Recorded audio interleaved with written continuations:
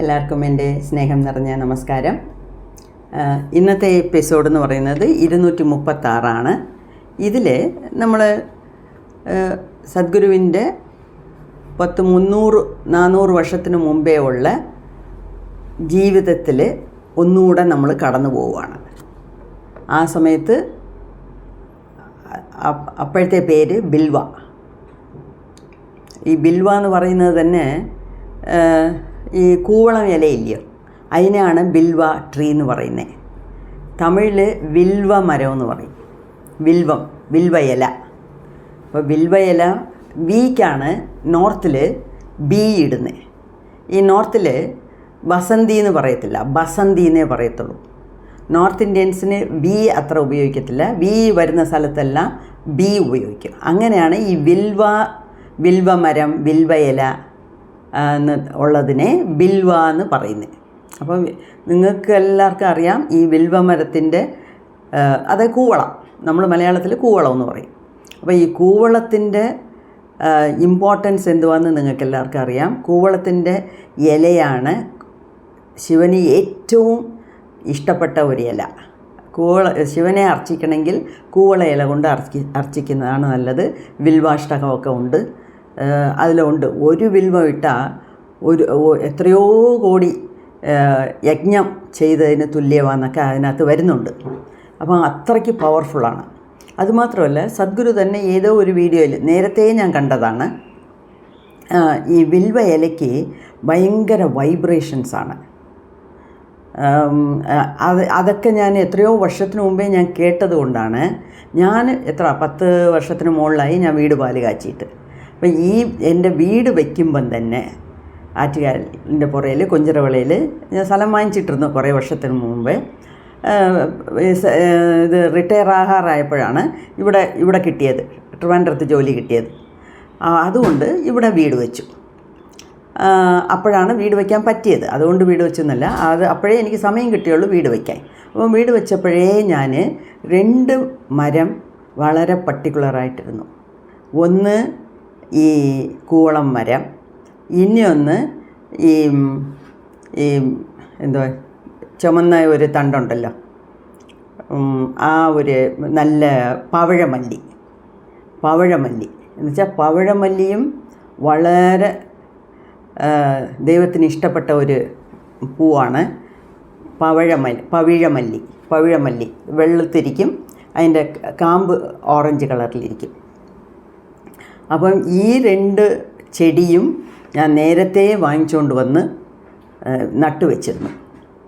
അപ്പം നിങ്ങളെല്ലാവരും കണ്ടു കാണും. ഇത് ചോറ്റാനിക്കരയുടെ അമ്മയുടെ പാട്ടിൽ കൂടെ വരും, പവിഴമല്ലിത്തറയിലിരുന്ന് എന്ന് പറഞ്ഞ്. ആ പവിഴമല്ലിത്തറയിൽ അവിടെ വരുമ്പോഴാണ് അദ്ദേഹം പ്രോമിസിനെ പൊട്ടിച്ചത്. അതായത്, ഞാൻ നിൻ്റെ പുറയിൽ വരും, നീ മുന്നോട്ട് പൊയ്ക്കോ, നീ എവിടെ നീ വെച്ച് തിരിഞ്ഞു നോക്കുന്നോ അവിടെ ഞാൻ നിൽക്കും എന്ന് പറഞ്ഞത്. ദേവി അങ്ങനെ പറഞ്ഞ് ദേവി പുറയിൽ വരുമായിരുന്നു. അങ്ങനെ വന്നുകൊണ്ടിരുന്നപ്പോഴാണ് ഒരു സംശയം തോന്നി, ഇങ്ങനെ തിരിഞ്ഞു നോക്കി. അതാണ് ചോറ്റാനിക്കര ദേവി പവിഴമല്ലിത്തറയിലാണ്. അവിടെ വെച്ചാണ് അദ്ദേഹം തിരിഞ്ഞു നോക്കിയതും ദേവി അവിടെ നിന്നതും. അപ്പം പവിഴമല്ലി കൊണ്ട് അർച്ചിക്കുന്നത്, കൂവള ഇല കൊണ്ട് ശിവന് പവിഴമല്ലിയും ഇഷ്ടമാണ്, കൂവളവും ഇഷ്ടമാണ്. അങ്ങനെയാണ് ഞാൻ വാങ്ങിച്ചു വെച്ചത്. ഇപ്പം ഒരുവിധം തണ്ട് ശിവൻ്റെ അനുഗ്രഹം കൊണ്ട് തണ്ട് വലുതായിക്കൊണ്ട് വരുന്നുണ്ട്. ഏകദേശം ഒരു മരമായി. എന്നാലും ഞാൻ ദിവസം അതിൽ നിന്നാണ് പൂവെടുത്ത് ഇല പിച്ച് ഞാൻ അർച്ചിക്കുന്നത് ശിവനെ. പക്ഷേ എനിക്ക് ഇല പിക്കാൻ മനസ്സില്ല. നിർമ്മലാനന്ദയുടെ കഥ പറഞ്ഞ പോലെ 4-5 ഇലയെ പറിക്കത്തുള്ളൂ, എല്ലാ ഇലയും പറിച്ചിടത്തില്ല. ഇല പറിക്കുന്നതിന് മുമ്പേ ഞാൻ മരത്തിൻ്റെ അടുത്ത് പെർമിഷൻ ചോദിച്ചിട്ടേ പറിക്കത്തുള്ളൂ. അങ്ങനെ വേണം നമ്മൾ ചെയ്യാൻ. അപ്പോൾ എൻ്റെ വീട്ടിൽ ആ 2 പൂവും ഉള്ളതുകൊണ്ട് എനിക്ക് ഭയങ്കര ഹാപ്പിയാണ്. ഈ പവിഴമല്ലി ഒരു സീസണിൽ കുറേ പൂക്കും.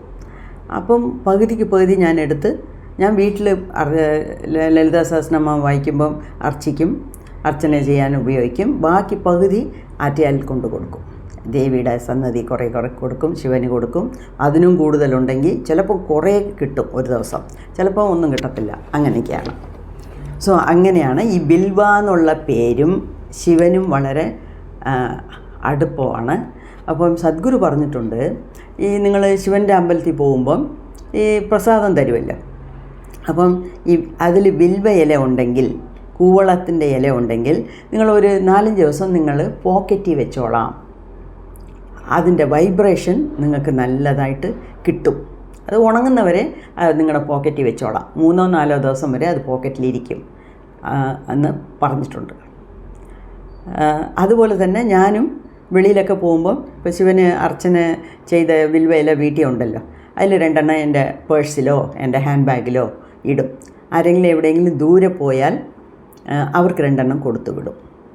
അപ്പോൾ ആ ദൈവത്തിൻ്റെ ഒരു അനുഗ്രഹം, ദൈവശക്തി, ദൈവീക ശക്തി നമ്മളുടെ കൂടെ എപ്പോഴും ഉണ്ട്, അല്ലെങ്കിലും ഉണ്ട്. എന്നാലും നമ്മുടെ കയ്യിൽ ഇരിക്കുമ്പോൾ ഒരു നല്ല ഒരു സിംറ്റം, ഒരു നല്ല ഒരു വൈബ്രേഷൻ നമുക്ക് കിട്ടും എന്നുള്ളതാണ്. അതാണ് ഈ ബിൽവത്തിൻ്റെ മഹിമ. അതുമാത്രമല്ല, ഞാൻ നേരത്തെ പറഞ്ഞിട്ടുണ്ടെന്ന് തോന്നുന്നു, ഒരു പ്രാവശ്യം ഞാൻ പറഞ്ഞതാണ്, വീണ്ടും എനിക്ക് പറയാൻ തോന്നുന്നു. ഒരു പ്രാവശ്യം എൻ്റെ മരുമോനൊക്കെ ദൂരെ പോകുമ്പം എപ്പോഴും ഈ പ്രസാദം ഈ ബിൽവ ഇല കൊണ്ട് കൊടുക്കും കയ്യിൽ, 1-2. ഈ എൻ്റെ 3 ഇലയുള്ളതാണ്, 3 എണ്ണം ഉള്ളതാണ്. അപ്പം ഇത് ഒരു പ്രാവശ്യം ഞാൻ മോന് മൂകാംബികയിൽ പോയപ്പം 2-3 ഇല കൊടുത്തു എപ്പോഴും പോലെ. അതെടുത്ത് പോക്കറ്റ് വെച്ചുകൊണ്ട് പോയിട്ട് വരാമെന്നൊക്കെ പറഞ്ഞ് പോയി. അപ്പോൾ മൂകാംബികയിൽ പോയിട്ട് അവിടെ നിന്നപ്പം അവിടെ ഏതോ ഒരു യോഗി, ഒരുപാട് പഴുത്ത ഒരു യോഗി അവിടെ അപ്പം വന്നിരുന്നു. ആ യോഗിയുടെ വീട് അവിടെ എങ്ങാണ്ടാണ്. ഇപ്പം വീടും കൂടുമൊന്നുമില്ല, വീടൊക്കെ ഉപേക്ഷിച്ചിട്ട് പോയി. ആ യോഗി എവിടെ പോന്നു, എപ്പം പോന്നു, എപ്പം തിരിച്ചു വരുമെന്നൊന്നും ആർക്കും അറിഞ്ഞുകൂടാ. എൻ്റെ മരുമോൻ മൂകാംബികയിൽ തൊഴാൻ പോയിരുന്നപ്പം അവിടെ ആ യോഗി ഉണ്ടായിരുന്നു. അപ്പം ദർശനം കൊടുത്തുകൊണ്ടിരുന്നു. അപ്പോൾ ആരൊക്കെ പറഞ്ഞു മരുമോൻ്റെ അടുത്ത് അവിടെ പോയി നോക്ക്, അങ്ങേരുടെ അടുത്ത്. അങ്ങനെ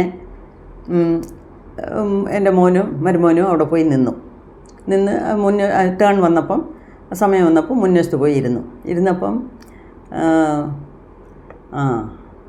കൂവള ഇല കയ്യിലുണ്ട് ഇല്ലയോ എന്ന് ചോദിച്ചു. ആദ്യം ഇല്ല, കയ്യിലുണ്ടെന്ന് വെച്ചാൽ കയ്യിൽ കൊണ്ടുവന്നിട്ടുണ്ടോ എന്നുള്ള രീതിയിലാണ്. ഇല്ല എന്ന് പറഞ്ഞു. പാൻറ്റ് പോക്കറ്റിലുണ്ടല്ലോ ഒന്ന്. അപ്പോഴാണ് അമ്മ കൊടുത്തു വിട്ടത്, പാൻറ്റ് പോക്കറ്റിലുണ്ട് എന്ന് പറഞ്ഞാൽ അതെടുത്ത് കാണിച്ചു. അപ്പം വീട്ടിൽ കൂവളം മരം ഉണ്ടില്ലയോ? ഉണ്ട് എന്ന് പറഞ്ഞു. അപ്പം അത് പടിഞ്ഞാറേ സ്ഥലത്താണ്. ഇപ്പോൾ എൻ്റെ വീട് പടിഞ്ഞാറ് നോക്കിയാണ്. അപ്പോൾ വീട്ടിൻ്റെ സൈഡിലാണ്, ഫ്രണ്ടിലാണ് വെച്ചിരിക്കുന്നത്, ബാക്കിൽ വെക്കണ്ട എന്നുള്ളതാണ് എൻ്റെ. അപ്പോൾ ഫ്രണ്ടിൽ വെച്ചിട്ടുണ്ട്. അപ്പോൾ പടിഞ്ഞാറ് സ്ഥലത്താണ് ഇല്ലയോ? അതെ എന്ന് പറഞ്ഞു. അപ്പോൾ ഇപ്പം നിങ്ങൾ അത് എന്താണെന്ന് വെച്ചാൽ അത് കുറേശ്ശെ വളർന്നു വന്നപ്പം കൂവളം മരത്തിൻ്റെ ചുവട്ടിൽ മഹാലക്ഷ്മി വന്ന് വാസം ചെയ്യുമെന്നാണ് ഐതിഹ്യം. അതെനിക്ക് എങ്ങനെ അറിഞ്ഞതെന്ന് വെച്ചാൽ, ഈ പഴയ ശ്രീകണ്ഠേശ്വരത്ത് പഴയതല്ല, പുതിയ ശ്രീകണ്ഠേശ്വരം പോകുമ്പം അവിടെ ഇങ്ങനെ പ്രദക്ഷിണം ചെയ്ത് വരുമ്പം കൃഷ്ണൻ്റെ ചെറിയ ഒരു ഇതുണ്ട്. കൃഷ്ണൻ്റെ അമ്പലം കഴിഞ്ഞിട്ട് വരുമ്പം അവിടെ ഒരു കൂവള മരമുണ്ട്. അത് കുറച്ച് വലുതായി. അതിനെ ചുറ്റി വിളക്ക് കത്തിക്കും. എന്നുവെച്ചാൽ അവിടെ മഹാലക്ഷ്മി ഉണ്ട് എന്നുള്ളതാണ്. അതുകൊണ്ട് മഹാലക്ഷ്മിക്ക് വിളക്ക് കത്തിക്കും. അപ്പോൾ ഞാൻ വിചാരിച്ചു, ഞാനിങ്ങനെ കൊച്ചിനെ വളർക്കുന്ന പോലാണ് ഇത് 2 മരത്തിനെയും നോക്കി വളർക്കുന്നത്. ഒറ്റ മനുഷ്യനെ അത് തൊടാൻ വിടത്തില്ല, ഒരു ഇല പിച്ചാൻ വിടത്തില്ല ഞാൻ. അപ്പം ഞാൻ കൈ വളരുന്നോ കാല് വളരുന്നോ എന്നുള്ള പോലെ ഇത് എങ്ങനെ തടി വയ്ക്കുന്നോ. ചിലപ്പം കൂവളത്തിൽ ഇലയിൽ പോലും പൂച്ചി വരും. പുഴു കയറിയാൽ 4 ദിവസത്തിൽ മൊത്തം തിന്നിട്ട് പോകും ഇലയും. അങ്ങനെ അപ്പം ഞാനും മരുമോനും കൂടെ അതിൻ്റെ മണ്ടയ്ക്കൊക്കെ കയറി മരുന്നൊക്കെ അടിച്ചു. ഞാൻ താഴെ നിന്ന് പിടിച്ചാൽ മതി, മരുമോൻ മേളിൽ കയറി മൊത്തം മരുന്നൊക്കെ അടിക്കും. അത്രയ്ക്ക് അതിനെ ഞാൻ പവിത്രമായിട്ട് ഒരു കൊച്ചിനെ നോക്കുന്ന പോലെ സ്നേഹിച്ച് വളർത്ത് വരുവാണ്. അപ്പം ഞാൻ വിചാരിച്ചു ഈ തണ്ട് മുറ്റാറായല്ലോ, അപ്പം മഹാലക്ഷ്മി വന്നിരിപ്പുണ്ട് ഇവിടെ എന്നുള്ള ഒരു ഇതിൽ ഞാൻ വിളക്ക് കത്തിക്കാൻ തുടങ്ങി. അത് അദ്ദേഹം മനസ്സിലാക്കി. അദ്ദേഹം പറയുക, ഇപ്പം വിളക്ക് കത്തിക്കാറുണ്ടോ? കൂവളം മരത്തിൻ്റെ മൂട്ടിൽ ചവിട്ടിൽ വിളക്ക് കത്തിക്കാറുണ്ടോ? ആ, ഇപ്പം കത്തിക്കുന്നുണ്ട് എന്ന് തോന്നുന്നു, കത്തിക്കുന്നുണ്ട് എന്ന് പറഞ്ഞു. എന്നുവെച്ചാൽ ഒരു ചെറിയ വിളക്ക് അവിടെ ഇടിഞ്ഞിൽ കൊണ്ടുവച്ച് കത്തിക്കുമായിരുന്നു. ഇനി അവിടെ കത്തിക്കണ്ട എന്ന് പറയൂ, ഓൾറെഡി അവിടെ നല്ല ശക്തി ഉണ്ട്, അതുകൊണ്ട് വിളക്ക് കത്തിക്കണ്ട, ബാക്കി അതിനെ വെള്ളം ഒഴിച്ച് നോക്കിക്കൊണ്ടാൽ മതി, അവിടെ വിളക്ക് കത്തിക്കണ്ട എന്ന് വീട്ടിൽ പോകുമ്പോൾ പറയണേ എന്ന് പറഞ്ഞു. അങ്ങനെ മോൻ വന്ന് പറഞ്ഞു. അതോടുകൂടി ഞാൻ വിളക്ക് കത്തിക്കുന്നത് നിർത്തി. അപ്പം ഇതാണ് ഞാനിപ്പം അർച്ചനയ്ക്ക് ഉപയോഗിച്ച പൂവ്. ഇതാണ് പവിഴമല്ലി എന്ന് പറയുന്നത്. ഈ കാമ്പ് ഓറഞ്ച് കളറിലിരിക്കും. ഇതാണ് പവിഴമല്ലിയുടെ പൂവ്. അതേപോലെ ഇതാണ് എൻ്റെ വീട്ടിലുള്ള കൂവളത്തിൻ്റെ ഇല. ഇതും അർച്ചന ചെയ്തതിൻ്റെയാണ്. ഞാൻ ജസ്റ്റ് പറയുമ്പം കാണിക്കാമെന്ന് വിചാരിച്ചു. ഇങ്ങനെ 3 ഇലയുള്ളതാണ് ഇത്. 5 ഇലയുണ്ട്, 7 ഇലയുണ്ട്, ഒരുപാട് കാര്യങ്ങളുണ്ട്. അപ്പം ഇതൊക്കെയാണ് ഒരു യോഗിയുടെ പവറും ഒരു മരത്തിൻ്റെ പവറും ഒരു വിളക്ക് കത്തിക്കുന്നതിനുള്ള ഇമ്പോർട്ടൻസും ഒക്കെ. എല്ലാം കണക്റ്റഡാണ്. അതുകൊണ്ടാണ് ഞാൻ പറയുന്നത്, ഈ ഹിന്ദുയിസം എന്ന് പറയുന്നത് ഒരു മതമല്ല. ഹിന്ദുയിസം എന്ന് പറയുന്നത് ഒരു മതമേ അല്ല. രാവിലെ കണ്ണ് തുറന്ന ഉറങ്ങുന്നവരെ, കണ്ണടച്ച് ഉറങ്ങുന്നവരെ നമ്മൾ എങ്ങനെ ജീവിക്കണം എന്ന് പറഞ്ഞു തരുന്നതാണ് ഹിന്ദുയിസം. അല്ലാതെ ഞാൻ ഹിന്ദുയിസത്തിനെ ഒരു മതമായിട്ട് കരുതിയിട്ടേയില്ല. അത് ആർക്ക് വേണമെങ്കിലും ഫോളോ ചെയ്യാം. മനുഷ്യനായിട്ട് ജന്മം എടുത്തവൻ ഒരു ദിവസം നേരം വെളുത്താൽ ഉറങ്ങി എണീറ്റാൽ രാത്രി തിരിച്ച് കിടന്ന് ഉറങ്ങുന്നവരെ ഓരോ സെക്കൻഡും ഓരോ സ്റ്റെപ്പും നമ്മൾ എങ്ങനെ ജീവിക്കണം എന്നുള്ളത് പറഞ്ഞു തരുന്നതാണ് നമ്മുടെ ഈ ഹിന്ദുയിസം. ഓക്കെ, അപ്പം ഇങ്ങനെയൊക്കെയാണ് അതിൻ്റെ കാര്യങ്ങൾ. അപ്പം ഈ നമ്മുടെ വീഡിയോയുടെ കണ്ടൻറ്റിലോട്ട് വരാം. ഈ ഒക്ടോബർ 1996, അതായത് ഈ 96 എന്ന് പറയുന്നത് വളരെ പ്രാധാന്യപ്പെട്ട വർഷമാണ് ഈ ഈശ യോഗ സെൻറ്ററിനെ സംബന്ധിച്ചവരെ. 1996 അദ്ദേഹം ഒരുപാട് കാര്യങ്ങൾ ഓരോ മാസവും ഇങ്ങനെ നടന്നുകൊണ്ട് വരുന്നത്, ഓരോ കാര്യം നടത്തിക്കൊണ്ട് വരുന്നത്. അങ്ങനെ 96 ഒക്ടോബറിലാണ് 3 മാസത്തിന് മുമ്പേ പ്ലാൻ ചെയ്യണമല്ലോ. അപ്പം 97 ജനുവരിയിലുള്ള ഷെഡ്യൂൾ ഇട്ടുകൊണ്ടിരിക്കുക സദ്ഗുരു ഇട്ടുകൊണ്ടിരുന്നപ്പോൾ അദ്ദേഹത്തിന് ഒരു ഉൾവിളി തോന്നി. ജനുവരിയിൽ ലാസ്റ്റിൽ ഇടുന്ന പ്രോഗ്രാം നടക്കില്ല എന്ന് ഒരു തോന്നൽ. അപ്പം ഉടൻ തന്നെ രാജുവിനെ വിളിച്ച് പറഞ്ഞു, ജനുവരി ലാസ്റ്റിലുള്ള പ്രോഗ്രാമിനെ നീ ഫെബ്രുവരിയിലോട്ട് മാറ്റ് എന്ന് പറഞ്ഞു. അതിനിടയ്ക്ക് ഈ ധ്യാനലിംഗം ചെയ്യാനുള്ള ആർട്ടിഫിഷ്യലായിട്ട് കുറേ കാര്യങ്ങളൊക്കെ ഉണ്ടാക്കിയിട്ടുണ്ട്. ധ്യാനലിംഗമുണ്ട്, അതിൻ്റെ 5 തല പാമ്പുണ്ട്, 5 ചുറ്റിലാണ് അതിരിക്കുന്നത്. ഇതാണ് ധ്യാനലിംഗത്തിൻ്റെ പടം. ഇതാണ് ധ്യാനലിംഗം. പക്ഷേ ഇതിൻ്റെ അടിയിൽ ഈ സർപ്പത്തിൻ്റെ അനന്തശയനം എന്ന് പറയത്തില്ലേ, അതുപോലെ ഈ സർപ്പത്തിൻ്റെ ചുറ്റിയുള്ള ഒരിത്, ഇവിടെ സർപ്പത്തിൻ്റെ തല, അതൊക്കെ. അപ്പം ഇതൊക്കെ അവർ വെളിയിൽ നിന്ന് ഓർഡർ ചെയ്തതാണ്. വെളിയിൽ നിന്ന് ഓർഡർ ചെയ്ത് കൊണ്ടുവന്ന് ചെയ്യിപ്പിച്ചതാണ്. അപ്പം അങ്ങനത്തെ ഈ ഓർഡർ ചെയ്ത കാര്യങ്ങളെല്ലാം നവംബറിൽ എത്തി.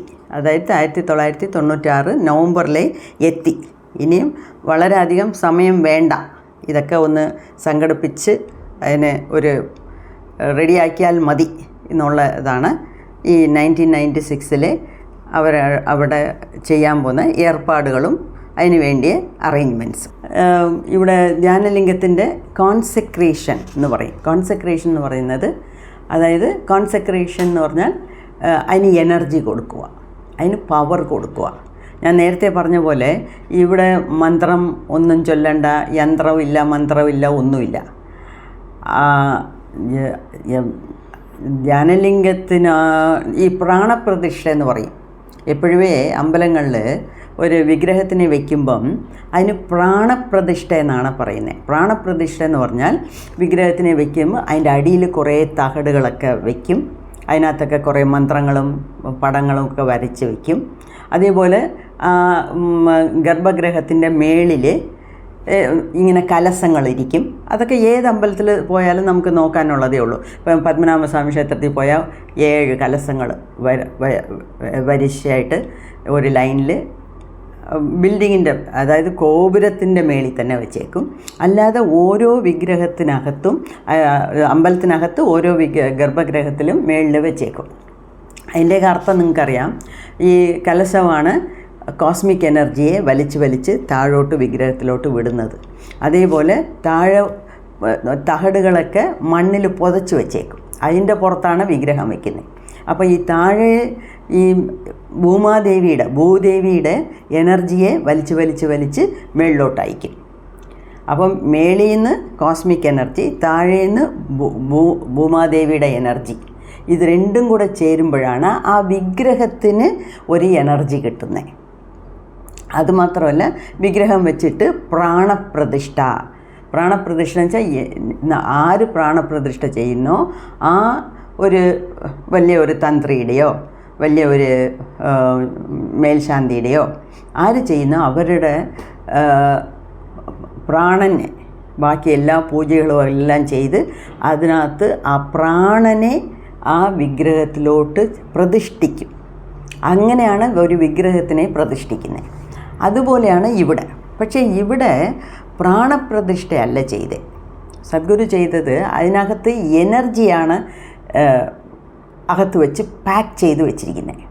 ഇപ്പം നമ്മളൊരു സൂട്ട് കേസിനകത്ത് മൊത്തം സ്ഥലത്തും തുണി വെച്ച് അടച്ച് വെച്ചാൽ എങ്ങനെ ഇരിക്കും, അതുപോലെ ഈ ധ്യാനലിംഗം എന്ന് പറയുന്നത് പാക്ഡ് വിത്ത് എനർജി.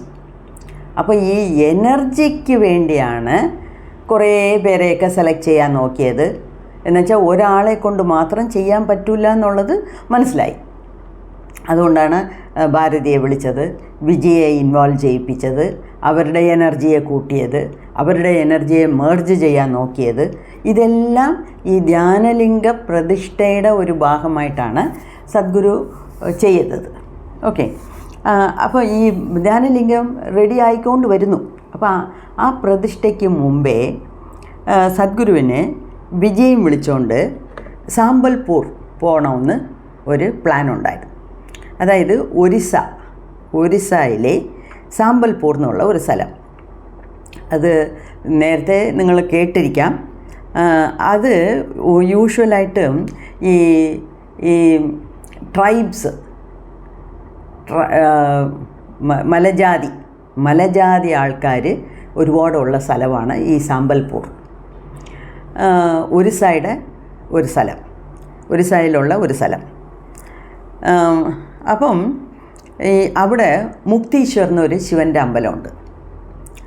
അപ്പോൾ ഈ മുക്തീശ്വർ അമ്പലത്തിൽ പോകാനാണ് സദ്ഗുരു വിജയും വിളിച്ചുകൊണ്ട് ഒരു ട്രിപ്പ് പോന്നു.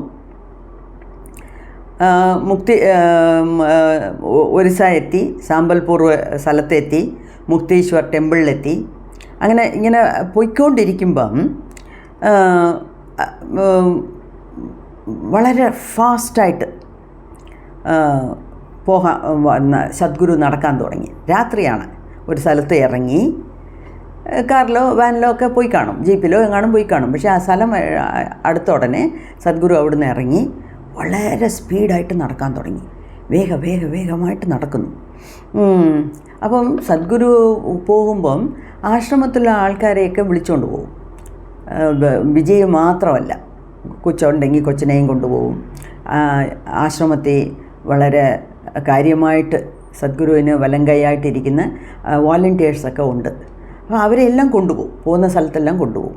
അങ്ങനെ എല്ലാവരും കൂടെ പോയപ്പം ആൾക്കാരെല്ലാം കൂടെ സദ്ഗുരുവിൻ്റെ പുറയിൽ നടക്കാൻ നോക്കുന്നു. നടക്കാനേ പറ്റുന്നില്ല. സദ്ഗുരു അത്ര വേഗമായിട്ട് നടക്കുന്നു. അവിടെ ഒരു ചെറിയ ഒരു കുളമുണ്ട്. അവിടെ മഹാനദിയാണ് ഓടുന്നത്. അപ്പോൾ ഈ മഹാനദിയുടെ വെള്ളമാണ് ആ കുളത്തിൽ വന്ന് വീഴുന്നത്. അപ്പം ഇദ്ദേഹം ആ കുളത്തിൻ്റെ അടുത്ത് വന്നപ്പോൾ മറ്റവരെയൊക്കെ വരണ്ടാന്ന് പറഞ്ഞു, നിൽക്കാൻ പറഞ്ഞു. വരണ്ടാന്ന് വെച്ചാൽ നിൽക്കാൻ പറഞ്ഞിട്ട് സദ്ഗുരു മാത്രം മുന്നോട്ട് നടന്നുപോയി. ഈ കുളത്തിനെ ചുറ്റി 2-3 പ്രാവശ്യം വലം വന്നിട്ട് ഒരു മരത്തിൻ്റെ അടുത്ത് പോയി നിന്നു. മരത്തിൻ്റെ അവിടെ പോയി നിൽക്കുന്നു, മരത്തിനെ നോക്കുന്നു. കണ്ണീന്ന് കുടമായിട്ട് വെള്ളം. അങ്ങനെ സദ്ഗുരുവിന് ഒരു ഫീലിംഗ്, കരയുന്നു. കഴുത്തി കിടന്ന ഒരു മാല എടുത്ത് അങ്ങനെ ആ മരത്തിൽ അങ്ങ് ഇടുന്നു. കുറേ നേരം അവിടെ നിന്ന് കരയുന്നു. അതിന് പിന്നെ മറ്റവരെയൊക്കെ വരാൻ പറഞ്ഞു കാണും. അപ്പോൾ അവരൊക്കെ പോയി. അവിടെ പോയപ്പം ഒരുപാട് പേർക്ക്, പോയതിൽ കുറച്ച് പേർക്ക് കരച്ചിൽ, അതായത് നിർത്താൻ വയ്യാത്ത ഒരു കരച്ചിൽ. എന്തിനാ കരയുന്നതെന്ന് അവർക്ക് അറിഞ്ഞുകൂടാ. അങ്ങനെയാണ് അവർ കരയുന്നത്. ചിലർ താഴെ കിടന്ന് ഉരുളുന്നു. ചിലർക്ക് അതായത് ഇതെല്ലാം എന്താ നമ്മൾ മനസ്സിലാക്കേണ്ടതെന്ന് വെച്ചാൽ അവിടുത്തെ എനർജി, അവിടുത്തെ എനർജിയാണ് നമ്മളെ ഈ രീതിയിൽ ബാധിക്കുന്നത്. അതായത് നമ്മുടെ കർമ്മ കഴിയാനുള്ള ഒരു വഴിയാണ് ഇതൊക്കെ. അങ്ങനെ പോയിട്ട് വന്നു. അപ്പം പിന്നെ പോയിട്ട് വന്നേ പിന്നീട് സദ്ഗുരു പറഞ്ഞു, ഈ ബിൽവ എന്നൊരു ആദിവാസി ഉണ്ടായിരുന്നല്ലോ, ആ ബിൽവ അവൻ്റെ ഫാമിലിയോടുകൂടി, അതായത് കുടുംബത്തോടു കൂടി ഒരുപാട് പ്രാവശ്യം ഈ മരത്തിൻ്റെ അടിയിലാണ് തങ്ങിയിരുന്നത്. ഈ ആദിവാസികളെന്ന് പറയുമ്പോൾ അവർക്ക് വലിയ കോൺക്രീറ്റ് ബിൽഡിംഗ് ഒന്നും ഇല്ലല്ലോ. അവർ എവിടെ സ്ഥലം കിട്ടുന്നോ അവിടെ കുറച്ച് നാൾ നിൽക്കും, പിന്നെ വേറെ ഒരു സ്ഥലം നോക്കും, പിന്നെ വേറെ ഒരു സ്ഥലം നോക്കും. അങ്ങനെ അവർക്ക് കോൺക്രീറ്റ് ബിൽഡിംഗ് ഒന്നും ആവശ്യമില്ല. ഈ മരത്തിൻ്റെ അടിയിലാണെങ്കിൽ മരത്തിൻ്റെ അടിയിൽ, അങ്ങനെയൊക്കെ. അപ്പോൾ ഈ മരത്തിൻ്റെ അടിയിലാണ് ബിൽവ, ആ ബിൽവ എന്നുള്ള പയ്യൻ അവൻ്റെ ഫാമിലിയോടുകൂടി കുറേ നാൾ അതിൻ്റെ മരത്തിൻ്റെ അടിയിലാണ് തങ്ങിയിരുന്നത്. ആക്ച്വലായിട്ടും 400 വർഷത്തിന് മുമ്പേ നടന്ന കഥയാണ് ഇത്. അപ്പം 400 വർഷമായിട്ടും മരങ്ങൾ നിൽക്കും. എന്നാലും ആ പഴയ മരം ചത്തുപോയി. പക്ഷേ ആ മരത്തിൻ്റെ പട്ടയുണ്ടല്ലോ, മരത്തിൻ്റെ ബാർക്ക്, ഔട്ടർ ലെയർ, അതിനകത്ത് ആ മരത്തിൽ നിന്ന് തന്നെ ഒരു വിത്ത് വീണ് അത് തന്നെ ഇപ്പം പുതിയ ഒരു മരമായിട്ട് കിളിച്ചിരിക്കുന്നു. അപ്പം ആ പഴയ മരം ചത്തുപോയെന്ന് നമുക്ക് പറയാനൊക്കത്തില്ല. ആ മരം അവിടെ ചത്തിട്ടില്ല, അതിൻ്റെ വിത്ത് തന്നെ വീണ് ഇപ്പോഴും ആ മരം അങ്ങനെ കിളിച്ച് നിൽക്കുന്നു. അപ്പം അവിടെ പോയപ്പം സദ്ഗുരുവിന് 400 വർഷത്തിന് മുമ്പേ ഉള്ള ജന്മത്തിൻ്റെ കാര്യങ്ങളെല്ലാം ഓർമ്മ വരും. ഇതുപോലെ നമ്മളുടെ ജീവിതത്തിലും ഒരുപാട് കാര്യങ്ങൾ നടക്കുന്നുണ്ട്. പക്ഷേ നമ്മൾ അതിനെ അറിയാൻ, അതിനെ മനസ്സിലാക്കിയെടുക്കാനുള്ള കഴിവ് നമുക്കിപ്പോഴും ഇല്ല. നമ്മൾ പല സ്ഥലത്ത് പോകുന്നു. ഇപ്പം നമ്മൾ ടൂർ പോകുമ്പം ചില അമ്പലങ്ങളിലൊക്കെ പോകുന്നു, ചില സ്ഥലങ്ങളിലൊക്കെ പോകുന്നു. ഈ സ്ഥലം ഞാൻ നേരത്തെ കണ്ടിട്ടുണ്ടല്ലോ, ഈ സ്ഥലത്ത് ഞാൻ നേരത്തെ എപ്പോഴോ വന്നിട്ടുണ്ട്. പക്ഷേ നമുക്കാകെ ഓർമ്മ ഉള്ളത് ഈ ജന്മത്തെ കാര്യം മാത്രമാണ്. അതുകൊണ്ടാണ് നമുക്ക് പിടികിട്ടാത്തത്. പക്ഷേ അത് ഈ ജന്മത്തെ കാര്യമല്ല. 1, 2, 3, 4, 10 ജന്മങ്ങൾക്ക് മുന്നേയും നമ്മൾ ആ സ്ഥലത്ത് വന്നിട്ടുണ്ട്. അതിനാണ് തേജാവു എന്ന് പറയും. തേജാവു എന്ന് പറഞ്ഞാൽ എത്രയോ ജന്മത്തിന് മുമ്പേ നടന്ന സംഗതി ഇന്നലെ നടന്ന പോലെ അല്ലെങ്കിൽ ഈ ഇടയ്ക്ക് നടന്ന പോലെ നമുക്ക് ഒരു ഫീലിംഗ് കിട്ടും. അപ്പോൾ ചില സമയം എനിക്കും അങ്ങനെയൊക്കെ കിട്ടിയിട്ടുണ്ട്. ഇത് എവിടെയോ ഈ സ്ഥലത്ത് വന്നിട്ടുണ്ടല്ലോ, എവിടെയോ നമ്മൾ കണ്ടിട്ടുണ്ടല്ലോ, ഇത് പണ്ട് കണ്ടിട്ടുണ്ട് നമ്മൾ ഇതിനു മുമ്പേ. പക്ഷേ എപ്പം വന്നു നമ്മൾ ഇതിൽ ആദ്യമായിട്ട് ഈ സ്റ്റേറ്റിലോട്ട് വരുന്നേ എന്ന് ഞാൻ വിചാരിച്ചിട്ടുണ്ട് അങ്ങനെയൊക്കെ. അപ്പോൾ നമ്മൾ നമ്മുടെ മനസ്സിനെ ഷാർപ്പായിട്ട് വെച്ചാൽ നമുക്കും ഇങ്ങനത്തെ കാര്യങ്ങളൊക്കെ മനസ്സിലാക്കി എടുക്കാൻ പറ്റും. അതിനാണ് ഈ ധ്യാനവും സാധനയും കാര്യങ്ങളൊക്കെ വേണമെന്ന് പറയുന്നത്. എന്നുവെച്ചാൽ എപ്പം നമ്മളുടെ എനർജി ലെവൽ ഉയരുന്നോ അപ്പോഴേ ആ ഹൈ എനർജി ലെവലുള്ള സ്ഥലത്ത് നമുക്ക് പോകുമ്പം നമുക്ക് ആ വൈബോടെ നമുക്ക് കണക്റ്റ് ആവാൻ പറ്റത്തുള്ളൂ. അല്ലെങ്കിൽ നമ്മൾ പോന്നു പക്ഷേ കണക്റ്റ് ആവാൻ പറ്റുന്നില്ല, അതുകൊണ്ട് നമുക്ക് മനസ്സിലാവുന്നില്ല. അത്രേ ഉള്ളൂ. അപ്പം ഇങ്ങനെയാണ് സദ്ഗുരു 400 വർഷത്തിന് മുമ്പേ ബിൽവ എന്നുള്ള പയ്യൻ, ബിൽവയുടെ കഥ നിങ്ങൾക്ക് ഓർമ്മയുണ്ടല്ലോ. ബിൽവയാണ് നല്ല എന്താ ബ്രാഹ്മണ കുടുംബത്തിലുള്ള ശാംഭവി എന്നുള്ള പെണ്ണിനെ സ്നേഹിച്ചതും. അതുകൊണ്ട് തന്നെയാണ് ആ പെണ്ണിൻ്റെ അമ്മാവൻ്റെ കൂട്ടുകാരും എല്ലാം കൂടെ ചേർന്ന് ഈ ബിൽവ എന്നുള്ള ആദിവാസിയുടെ ജോലി എന്തുവാന്ന് വെച്ചാൽ പാമ്പിനെ പിടിക്കുന്നതായിരുന്നു. സ്നേക്ക് ചാർമേഴ്സ് എന്നാണ് അവരുടെ പേര്. പാമ്പിനെ പിടിക്കുന്നതാണ്. അപ്പം ബിൽവയുടെ ഒരു ഏറ്റവും വലിയ വിഷമുള്ള പാമ്പിനെ വെച്ച് തന്നെയാണ് അവനെ ആ പാമ്പ് കൊണ്ട് കടിപ്പിച്ച് കൊന്നത്. ഓക്കെ, അപ്പം ഇതൊക്കെയാണ് ഒരു മുൻജന്മത്തെ കാര്യങ്ങൾ മനസ്സിലാക്കി എടുക്കാൻ പറ്റിയത്. അപ്പം ഇവിടെ വെച്ച് ഈ വീഡിയോ മതിയാക്കാം. ബാക്കിയുള്ളത് അടുത്ത വീഡിയോയിൽ കാണാം. നന്ദി, നമസ്കാരം.